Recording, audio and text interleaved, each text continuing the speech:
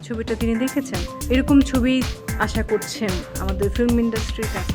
চিত্রনায়িকা পূর্ণিমাকে তারেক রহমানের চিঠি লেখার কথা জানানোর পর সবিজ অঙ্গনে চলছে ব্যাপক আলোচনা। প্রধানমন্ত্রী তারেক রহমান পূর্ণিমাকে একটি প্রশংসামূলক চিঠি লিখেছিলেন বলে সম্প্রতি একটি পডকাস্টে জানালেন পূর্ণিমা জানান 2003 সালে ঢাকা ক্যান্টনমেন্টের গ্যারিসন সিনেমা হলে সপরিবারে মনের মাঝে তুমি সিনেমাটি দেখতে গিয়েছিলেন প্রধানমন্ত্রী তারেক রহমান। সিনেমাটি দেখে মুগ্ধ হয়ে পূর্ণিমাকে শুভেচ্ছামূলক একটি চিঠি লিখেছিলেন তারেক রহমান।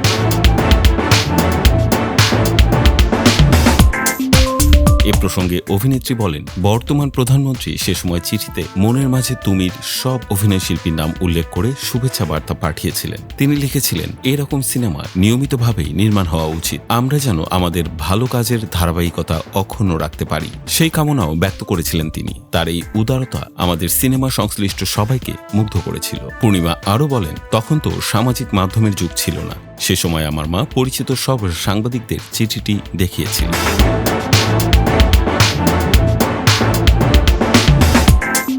দেশের এক গণমাধ্যমের একটি পডকাস্ট শোতে এসে অভিনেত্রী পূর্ণিমা তার জীবনের আরও নানা বিষয় শেয়ার করেন। তিনি জানিয়েছেন, রায়হান রাফি পরিচালিত দহন এবং প্রেসার কুকার সিনেমায় তিনি অভিনয়ের জন্য প্রস্তাব পেয়েছিলেন। এমনকি দহন সিনেমায় সাইনও করেছিলেন তিনি। কেন তিনি এই দুটি সিনেমায় পরবর্তীতে অভিনয় করেননি সে ব্যাখ্যা তিনি দিয়েছেন পডকাস্টে। অভিনেত্রী আরও জানান, তার ক্যারিয়ারের প্রথম সিনেমা এই জীবন তোমার আমারে তিনি পরিচালকের প্রথম পছন্দ ছিলেন না। সিনেমায় নায়িকা হিসেবে অন্য কাউকে নির্বাচন করেছিলেন পরিচালক জাকির হোসেন রাজু। পরে সেই নায়িকা সিনেমাটি করেননি বলে পূর্ণিমাকে সিনেমায় নেওয়া হয়েছিল।